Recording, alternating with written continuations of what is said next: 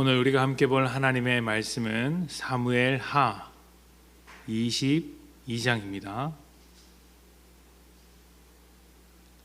사무엘 하 22장 1절부터 4절까지 말씀입니다. 사무엘 하 22장 1절부터 4절 제가 봉독합니다. 여호와께서 다윗을 모든 원수의 손과 사울의 손에서 구원하신 그날에 다윗이 이 노래의 말씀으로 여호와께 아뢰어 이르되 여호와는 나의 반석이시요 나의 요새시요 나를 위하여 나를 건지시는 자시요 내가 피할 나의 반석의 하나님이시요 나의 방패시요 나의 구원의 뿌리시요 나의 높은 망대시요 그에게 피할 나의 피난처시요 나의 구원자시라 나를 폭력에서 구원하셨도다. 내가 찬송 받으실 여호와께 아뢰리니 내 원수들에게서 구원을 받으리로다. 아멘. 다윗은 유명한 왕이지만 동시에 음악과 예능에도 상당한 소질이 있었던 사람입니다. 유명한 일화로 성경에는 사울에게 악령이 들어갔을 때 다윗이 수금을 연주한 이야기가 있습니다. 다윗의 연주를 듣고 사울의 악령이 사라졌다고 할 정도이니 그가 얼마나 뛰어난 재능을 가지고 있었는지 잘 알 수 있습니다. 예능적으로도 뛰어난 다윗이었기 때문에 그의 인생 중간마다 중요한 순간이 왔을 때 괴롭거나 힘들 때 또 스스로 낙심하거나 기쁠 때마다 자기의 고백을 담아 시를 쓰거나 노래를 지어 불렀습니다.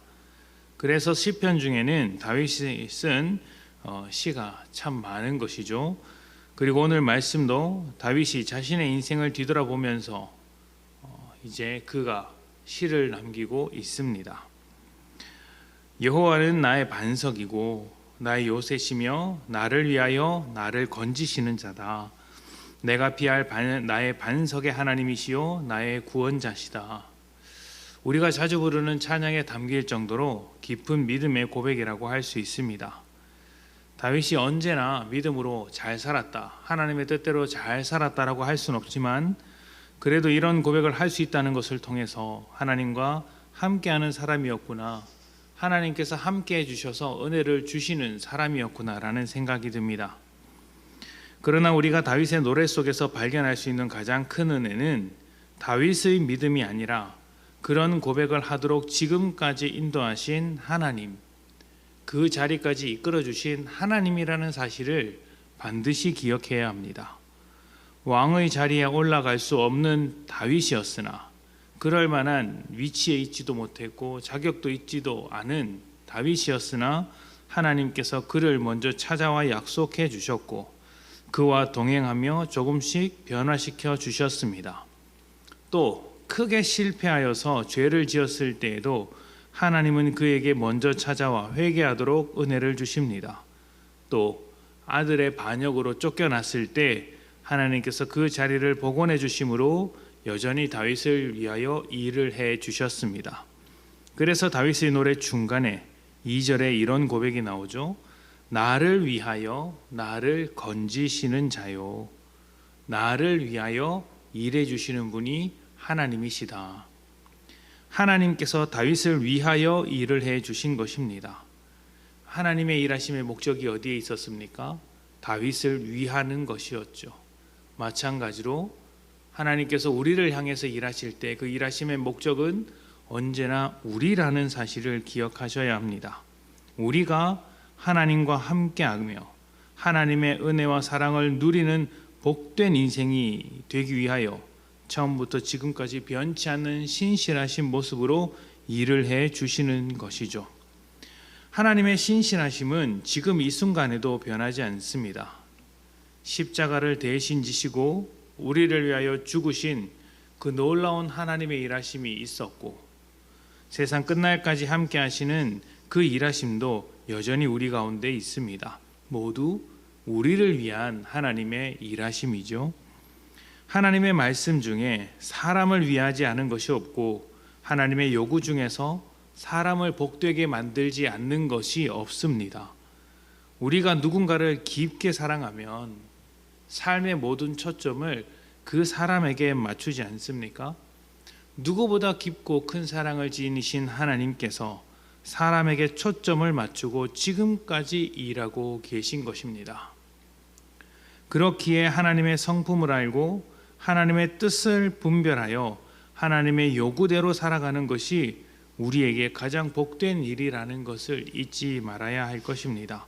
그리고 하나님과 함께하며 우리의 삶이 더 나아질 때 하나님이 의도하신 대로 하나님의 진리 안에서 자유로우며 영원한 기쁨에 사로잡혀 복된 인생을 살아가게 되었을 때 순간순간 하나님의 은혜를 발견하며 하나님의 그 놀라우심을 고백하지 않을 수 없을 때 우리가 해야 할 일은 감사하며 찬양하고 예배하는 것이라고 말할 수 있습니다.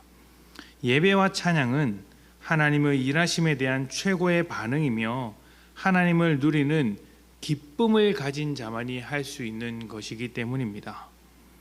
이 새벽 우리가 기도하기 위해 모인 것도 하나님과 함께 살아가기 위한 것 아니겠습니까?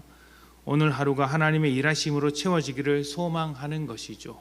이것을 소망하는 자만이 하나님 앞에 나와 예배할 수 있는 것입니다. 우리를 위하여 일해 주시는 하나님께서 지금부터 계속해서 우리와 함께 하십니다.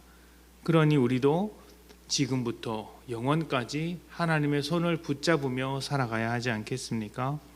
하나님은 우리와 함께 하시는데 우리가 하나님과 함께 하려 하지 않는다면 우리 삶의 어디에선가는 불협화음이 일어나게 될 것입니다. 믿는데 믿지 않는 것과 같고 하나님은 역사하시는데 우리는 반응하지 않는 조금 이상한 이질적인 삶의 모습이 보이게 되는 것입니다. 하나님의 손을 꼭 붙잡고 하나님의 뜻을 따라서 하나님께서 우리에게 부어주시는 그 복과 은혜로 채워지는 삶이 되기를 축복합니다. 그리고 변치 않는 하나님의 은혜를 고백하며 날마다 예배로서 삶을 올려드리는 성도님들이 되시기를 축복합니다. 함께 기도합시다.